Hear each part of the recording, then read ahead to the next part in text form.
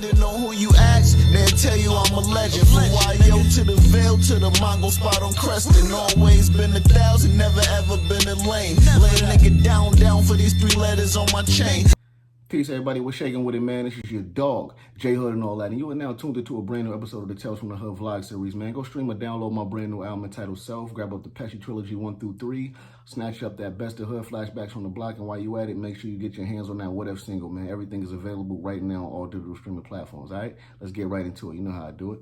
All right, look, check it. On today's episode, we're going to speak about the time that I got arrested in Miami while on promo tour, okay?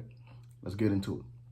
Now, during this time, we were signed to Koch, and I was on a promo run for my album because, you know, as I told you in another episode, the budget for my album technically wasn't cracked, but a couple of dollars was used to purchase like t-shirts and flyers for promotional purposes, right?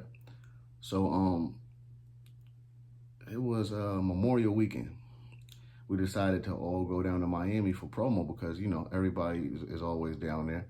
That's how it was. It was crazy during the early 2000s and shit, so that was like the thing to do. So, you know, we in Miami, everybody got the J Hood Tales from the Hood shirts on. We had the J Hood promo CDs with like 3 songs on it. It had the All Up On Me, it had the Do It Like This song, and I think it had the Nobody song on it. So we had like 5,000 CDs, 5 to 10,000 CDs.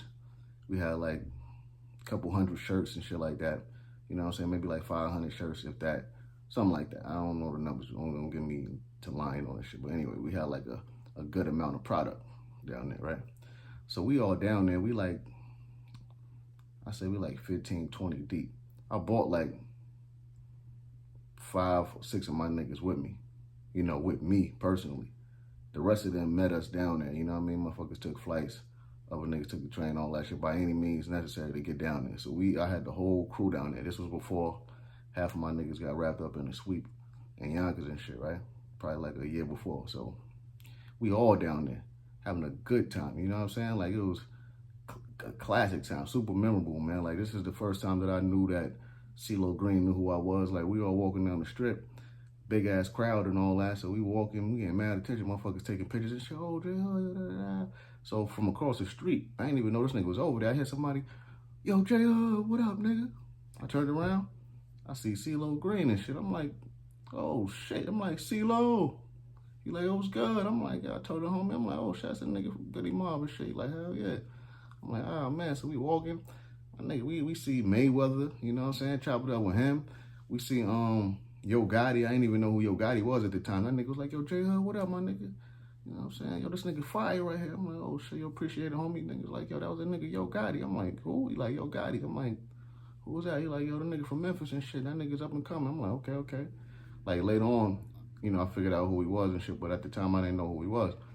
But I'm like, okay, Yo Gotti, nigga. It was all type of niggas we bumped into, man. The shit was like, the shit was super duper lit. You know what I mean? Like, everybody out there with their Lambos, you know how it go, Ferraris, all type of shit. Niggas out there fronting, flossing. So, we walking down the strip. I forgot what the fuck was really going on. There was a crowd of people in like the middle of the street. These chicks start fighting and shit. And out of nowhere, the boys came, the police, they came and shit trying to break shit up. And the big ass, that shit started an even bigger commotion.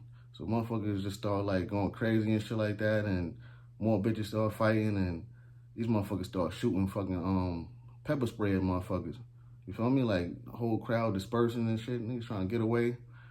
And at this time, I got like, I probably had like a quarter in my pocket. You know what I'm saying? Or some bud. You know, keep a little quarter. Rest of the shit was like in a hotel or some shit.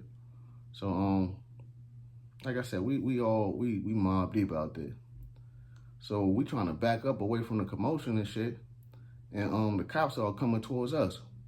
So my niggas trying to like surround me so them niggas can get to me. They like, yo, get the fuck over here. They trying to grabbing niggas and shit. Then all of a sudden niggas grab me. I'm like, yo, back up, man. Nigga try to grab me. I push his hand away. Like, the nigga like, oh, you trying to push me away? Nigga grab me and shit. Come here. Threw me against the fucking, what the fuck he threw me against? He threw me against something, man. I don't know if it was a car yoked me up, threw me on the ground or some shit, but then a nigga threw the cuffs on me, searched me and shit, found the weed. Or either he found the weed and then threw the cuffs on me. It was one or the other. But shit happened so fast, I'm like, and it was so long ago. You know what I mean? Like, so don't hold me to that, but it definitely was one or the other. Either way, that nigga threw me on the ground, cuffed me and shit, and was like, "Ah, you come with us." Like, as soon as he did that, man, mad motherfuckers, like, with cameras and shit, camera phones, like, "Oh, shit, they got this nigga J Hood." Niggas trying to film me, looking at my face and shit. "Yo, look, the nigga J." I'm like this. Trying to cover my shit and all. I'm like, man, these niggas in here wilding, man. You feel me? So, in our entourage, we had, like, this dude from the hood that was with us and shit.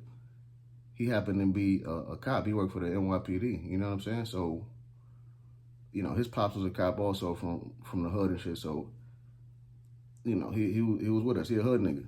So we ain't on no, we rolling with the cops type shit or nothing like that. It just happened to be a nigga from the hood that worked for the NYPD, and he came down there with us and shit. So anyway, them niggas took me to the station, you know, ran me through the system and all that. I'm in a hole in the cell, and the homie ended up using his connects to go down there to get me out. You feel me? Like, faster than what I was supposed to be, you know, let out on. He got me released, like, way quicker and shit. So he used whatever he needed to use. They contacted whoever they contacted. They found out he worked for the NYPD. They ended up letting me out on the strength of him. You feel me? And after we got out, we partied like it was 1989 out that motherfucker. You feel me? Like, nigga went to the club, balled out and shit. And it was just fun because I had all my niggas down there, man. You know what I'm saying? Like I said, everybody, just picture that. 20, 30 niggas running around with J Hood Tales from the Hood shirts on, you know what I mean? Passing out the CDs to mad chicks. Every chick we seen, we passing the CDs to them and shit. All the real niggas, they like, "Oh shit, when your shit dropping?" Passing it to niggas, and the shit was just super lit. And like I said, like probably like eight months to, if that, later, all my niggas got wrapped up. You know what I'm saying? And got sent up top. I had to do some time and shit. So that was like a real interesting time for me, you know what I'm saying? Because it was promoting my album that never came out. And I got more stories of things that happened during that time when I was in Miami, but I'm gonna tell you guys that on another episode. So, you know, make sure you like this video, subscribe, check out my last joint, check out my next joint after this. Make sure you follow me on Instagram at RealJHood, and until next time.